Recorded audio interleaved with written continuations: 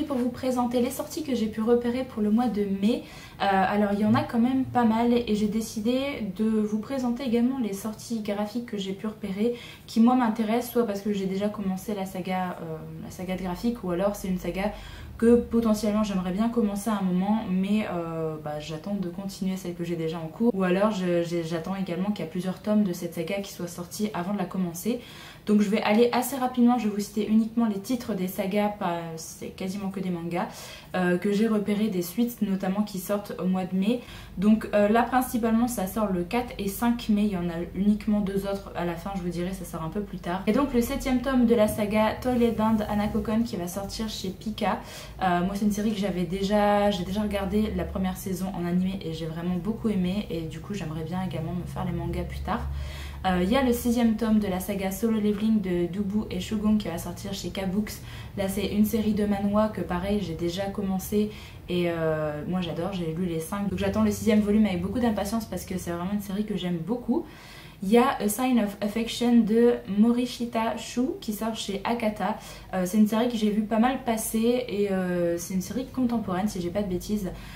Ça a l'air vraiment assez mignon. Je sais pas en quoi c'est classé, si c'est du shoujo ou pas, mais en tout cas voilà, j'ai vu pas mal de bons avis passer sur cette série, donc forcément je me le suis noté. Ensuite il y a le 8ème tome de la saga Spy Family de Tatsuya Endo qui sort chez Kurokawa. Donc c'est une série pareil, j'en ai entendu beaucoup de bien, donc forcément j'ai envie de la découvrir, que ce soit par les mangas ou alors par l'anime qui commence à sortir d'ailleurs en ce moment sur Crunchyroll.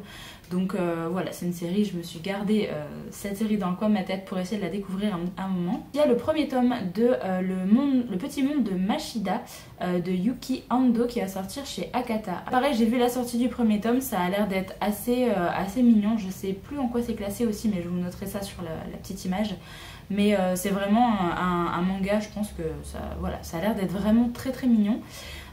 Ensuite il y a le 3ème tome de la saga Sasaki et Miyano qui va sortir, donc c'est de Harusono Siyu qui sort chez Akata, et j'ai lu les 2 premiers tomes que j'ai vraiment adoré, donc j'ai hâte d'avoir enfin la suite en ma possession. Et pour les 2 autres mangas que j'ai repérés, c'est des sorties du 12 mai et du 18 mai. C'est Boys Run the Riot, le 2ème tome de la saga de Kaito Gagaku qui va sortir chez Akata. Je l'avais vu passer sur un prospectus qui était à l'intérieur du manga Sasaki et Miyano d'ailleurs, qui sort chez Akata aussi, où il présentait également d'autres séries, et je me suis noté cette série.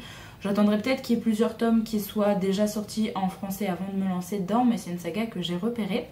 Et le 4ème tome de Horimiya qui va sortir de Daisuke Agiwaro chez Nobinobi. Donc là c'est pareil, c'est une série que j'ai déjà découvert en animé, que j'ai vraiment adoré, et je me dis que possiblement j'aimerais bien la relire en version manga parce que peut-être qu'il y a des choses bonus en plus, etc. Donc voilà pour les mangas que j'ai pu repérer pour le mois de mai. Et je voulais également vous tenir un petit peu au courant pour les personnes qui aiment bien la série et même le manga Demon Slayer, puisqu'il va y avoir 3 artbooks qui vont sortir le 18 mai avec des personnages différents à chaque fois au niveau des artbooks. Alors il me semble que c'est des artbooks qui concernent uniquement la série, donc c'est vraiment des dessins, des illustrations qui sont de la série, avec des illustrations en couleur, des illustrations en gris également. Pour le premier tome ça va concerner Tanjiro et Nezuko, pour le 2ème tome c'est Inosuke et Zenitsu, et le tome 3 c'est Shinobu et Giyu. Donc si jamais vous êtes intéressé par soit par tous, il y a les 3 qui sortent le 18 mai en fait, les 3 directement, soit si jamais vous avez des personnages favoris, vous pouvez choisir un petit peu si vous voulez vous prendre un petit bonus à cette série. Ensuite je vais passer à des sorties qui sont principalement des sorties de chez Brajlon et compagnie en fait, vu qu'il y a des sorties chez Brajlon même, Brajlon Thriller, dans leur collection Phibs, dans leur collection Big Bang. Donc j'ai décidé de tout regrouper en même temps et après de passer aux autres maisons d'édition que j'ai pu repérer. Donc là au niveau de chez Brajlon, le 4 mai il y a des rééditions de format poche. Alors je pensais que c'était peut-être des formats pas chers, comme des fois ils font des opérations avec des livres pas chers en format poche. Là j'ai juste l'impression que c'est des rééditions pour 3 des 4 que j'ai pu repérer. Le premier c'est le 7ème guerrier mage de Paul Beorn, le 2ème c'est l'Arche de Boyd Morrison, le 3ème c'est Féerie de Raymond E. Feist, et le 4ème, alors là je crois pas que c'est une réédition parce qu'il me semble qu'il n'était sorti que en grand format, et là du coup il sort en version poche, c'est le guerrier des Altai de Robert Jordan. Donc ils vont tous sortir en format poche avec une nouvelle couverture. Donc voilà, je ne sais pas s'ils vont vont faire un nouveau, je sais pas, un nouveau graphisme pour leur collection de poche, je sais pas du tout. Mais voilà, si jamais ça vous intéresse, sachez que ça ressort en poche. Alors ensuite, le 4 mai, il y a également 2 autres sorties chez Brajlon qui vont concerner 2 grosses sagas, puisqu'en fait, ils ont décidé de sortir des cartes de l'univers pour 2 univers très connus. Il y a Draenei, la carte de l'univers, et La Roue du Temps, la carte de l'univers. Donc ils vont sortir tous les deux le 4 mai. Je sais pas trop comment ça se présente à l'intérieur, j'ai pas réussi à trouver d'image en fait pour la présentation de l'intérieur. Je pense que Brajlon va finir par montrer un petit peu à quoi ça ressemble, mais voilà, ça peut être un bonus si jamais vous aimez bien ces univers-là.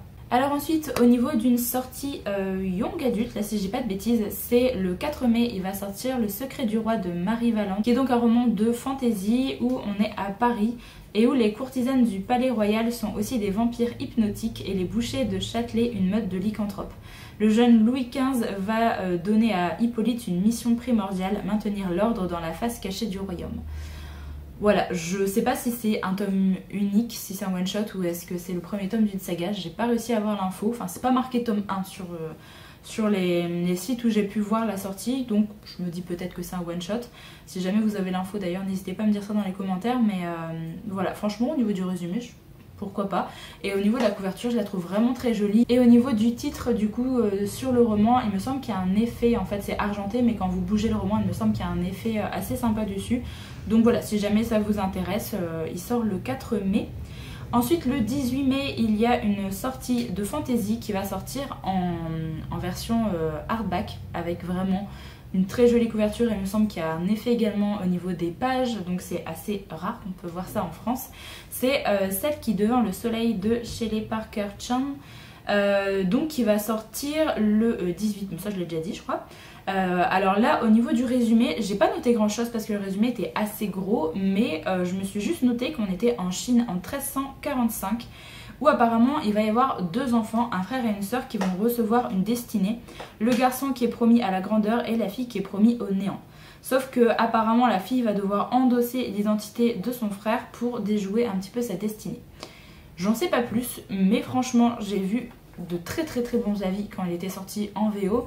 Je crois que c'est un one shot, si je dis pas de bêtises, si j'ai des bêtises dites-moi ça, mais je pense que c'est un one shot. Et franchement, enfin voilà, ça va parler de la Chine à cette époque-là. Franchement, ça a l'air assez chouette. Alors ensuite, je me suis noté 2 thrillers romans à suspense qui vont sortir également chez Brajlon. Le premier, c'est dans leur collection Phoebs, donc c'est dans les thrillers young adultes, si je dis pas de bêtises. C'est Last Weekend qui va sortir, donc de Cara Thomas, qui sort en version poche. Où là, j'ai juste vu qu'on suivait 3 amis qui avaient une maison au bord du lac, une escapade secrète. Qu'est-ce qui pourrait mal tourner? Voilà.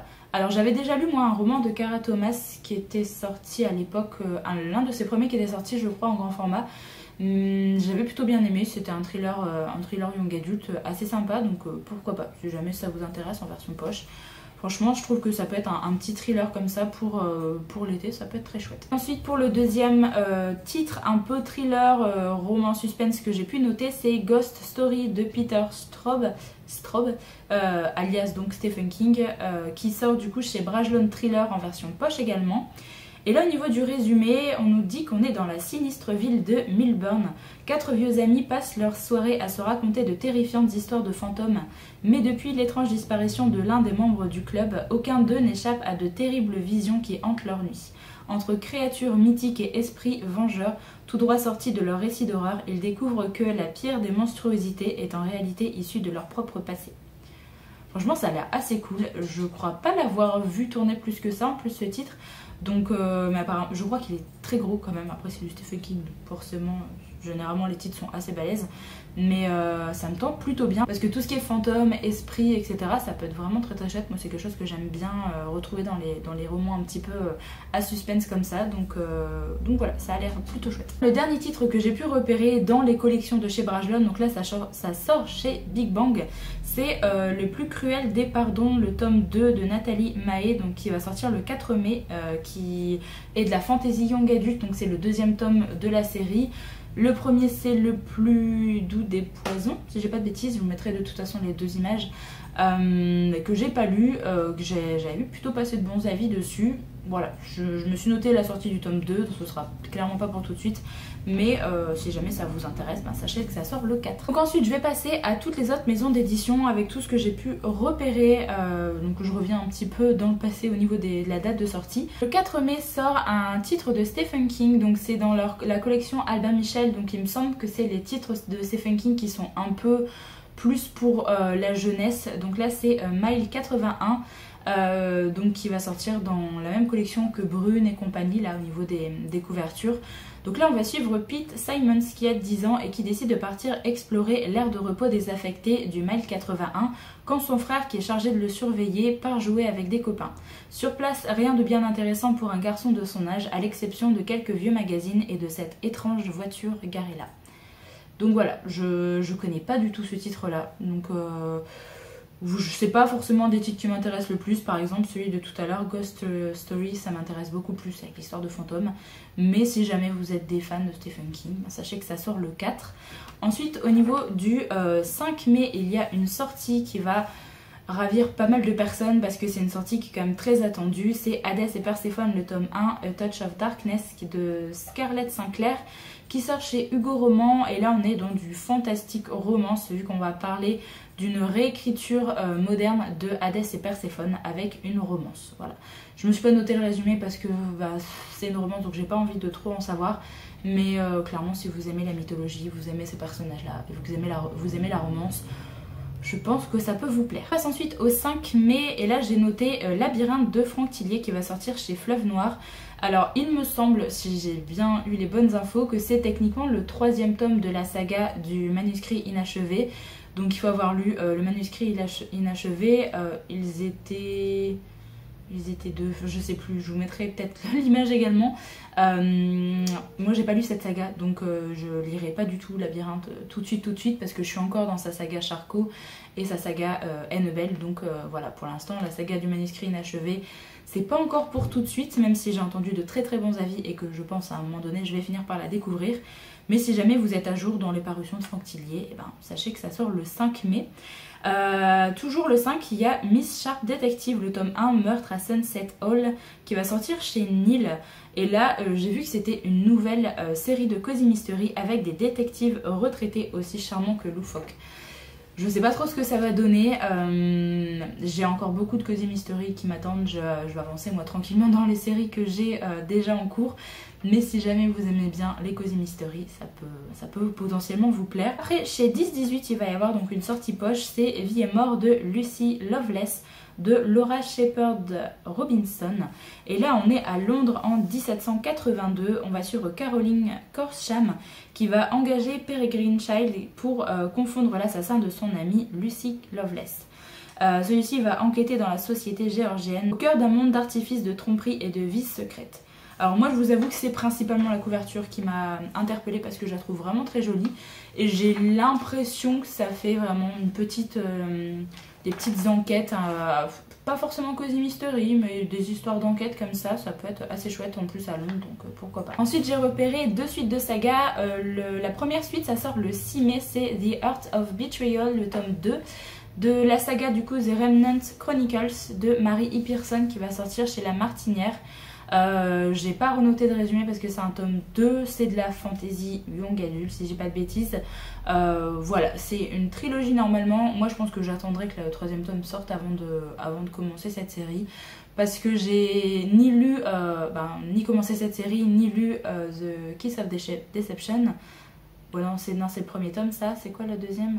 Dance of Thieves, je crois, c'est ça la 2e série dans le même univers qui doit techniquement se lire après.